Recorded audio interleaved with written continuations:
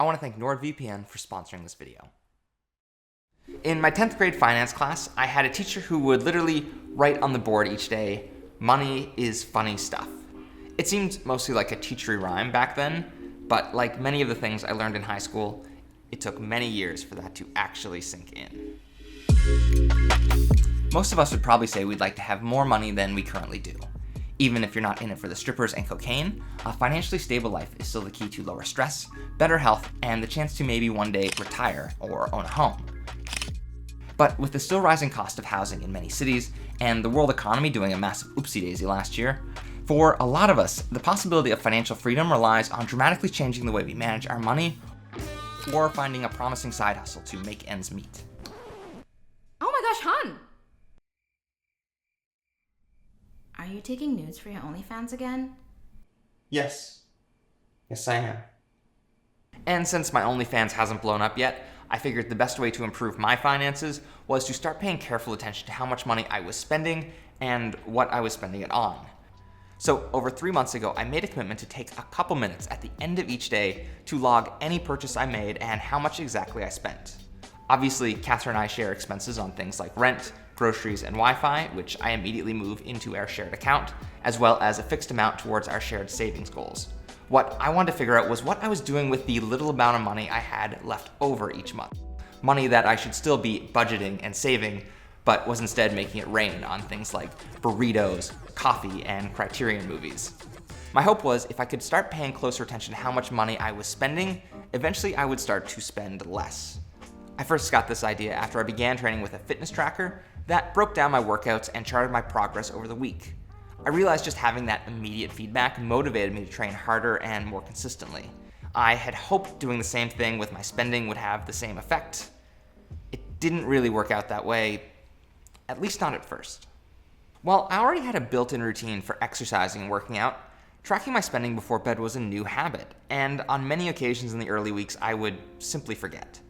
This meant I was constantly playing catch-up with my counting after multiple days of spending, and all I could hope for then was to do better next week. Once I actually succeeded at logging my spending consistently each night, I quickly realized the numbers I was charting weren't adding up with the money that was actually coming out of my accounts.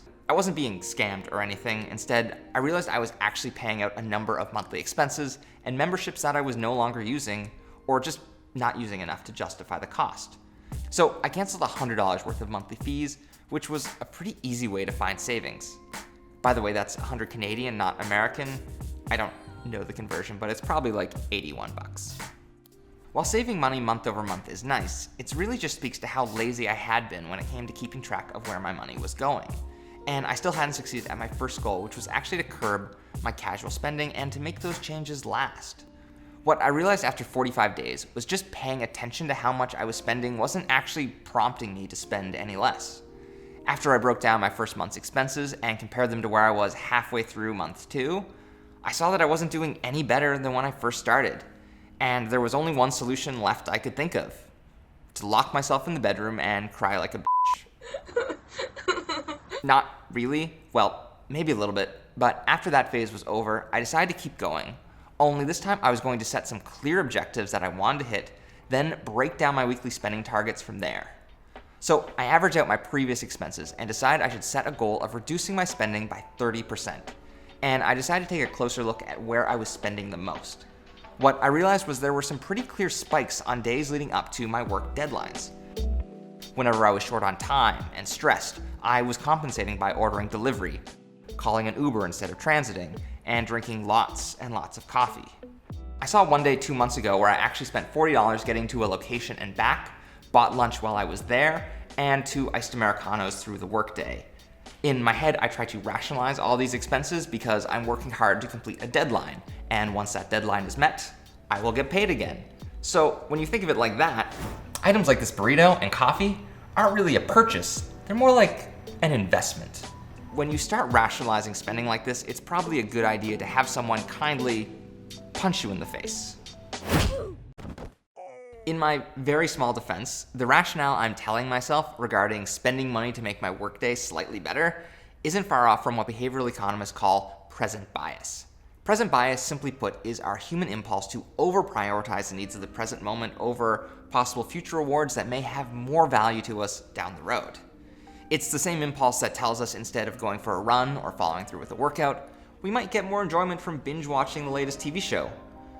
We're psychologically wired to be more compelled by the immediate reward, even when the payoff rarely provides the same satisfaction we expect it will.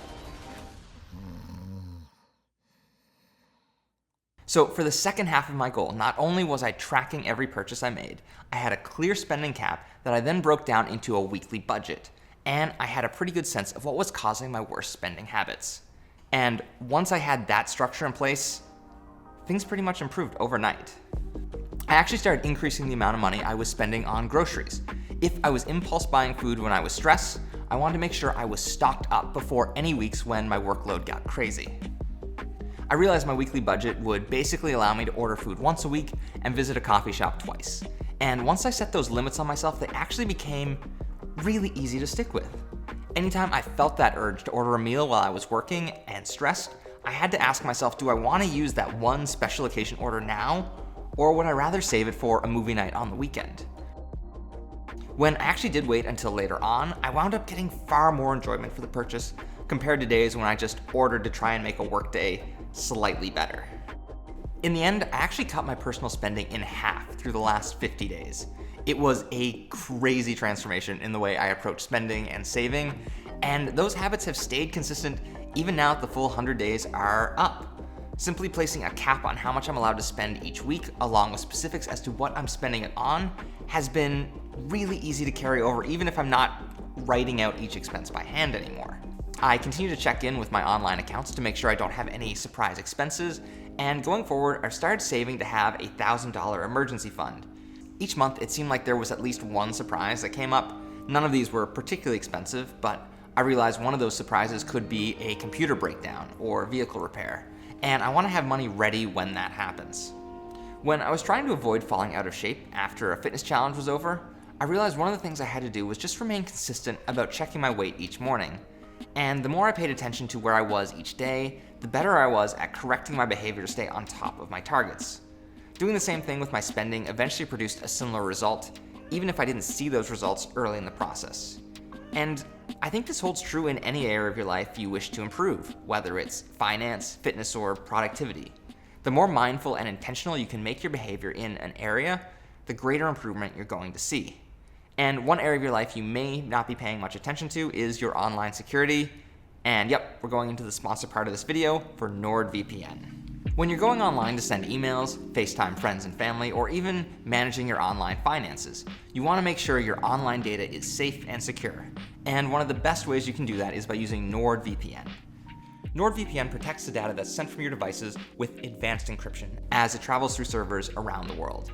This process allows your data to be randomized and look like nonsense to anyone who may attempt to spy or steal from you. 2 years ago, I had my online banking hacked by a third party. It was a pretty big headache. And when it happened, one of the first things I was asked by my bank when they were working through the problem was, do you use a VPN? And looking like a giant dummy, I had to say, no, I don't. Not only does Nord protect your data, it also allows you to stream shows and movies that might not be available in your country. Personally, I've used Nord to access HBO Max's show Warrior, which, oh my gosh, if you have not seen this show, it is so good. There are these rival Chinatown gangs, political corruption, a Bruce Lee surrogate character, and so many fight scenes. It's awesome. Right now, if you go to nordvpn.com/goalguys, use the code GOALGUYS to get a 2-year plan and an additional month with a huge discount. You can try it risk-free with Nord's 30-day money-back guarantee. You'll find the link in our video description, or just enter nordvpn.com/goalguys to keep your online data safe and secure. Thanks so much for watching.